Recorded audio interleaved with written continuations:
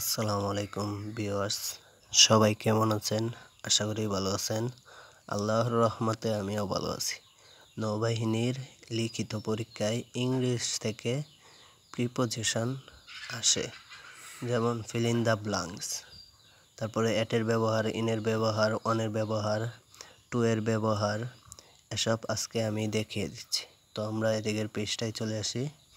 নির্দিষ্ট সময় বোঝাতে অ্যাড বসে, অপেক্ষাকৃত বা সীমিত ও নির্দিষ্ট অবস্থান বোঝাতে অ্যাড বসে, গতি, মূল্য, প্রবৃত্তির হার বোঝাতে অ্যাড বসে, লক্ষ্য করা বা তাকানো বোঝাতে অ্যাড বসে, ঝুঁকি নেওয়ার ক্ষেত্রে অ্যাড বসে, দক্ষতা প্রকাশের বেলায় অ্যাড বসে, চরম অবস্থা বা সীমা প্রকাশের বেলায় অ্যাড বসে।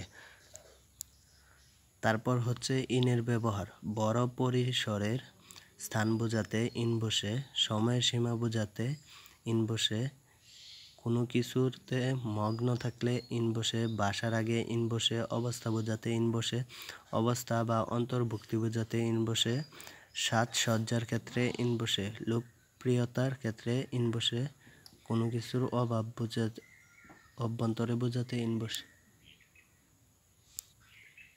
তারপর হচ্ছে অনের ব্যবহার, কোনো কিছুর উপর স্থিতি বোঝাতে অন বসে, অবলম্বন বোঝাতে অন বসে, কোনো উপলক্ষ বোঝাতে অন বসে, তারিখ কিংবা বারের ক্ষেত্রে অন বসে, কোনো বিষয়বস্তুর উপর বলা বা লেখা বোঝাতে অন বসে, কোনো কিছু চাপিয়ে দেওয়ার ক্ষেত্রে অন বসে, কারো অধিকারে কিছু থাকা বা বয়ে বেড়ানোর ক্ষেত্রে অন বসে, কোনো স্থানে বা স্থানের কাছে অন বসে, কোনো তৎপরতা বা উদ্দেশ্য বোঝাতে অন বসে, ফোন নাম্বারের ক্ষেত্রে অন বসে।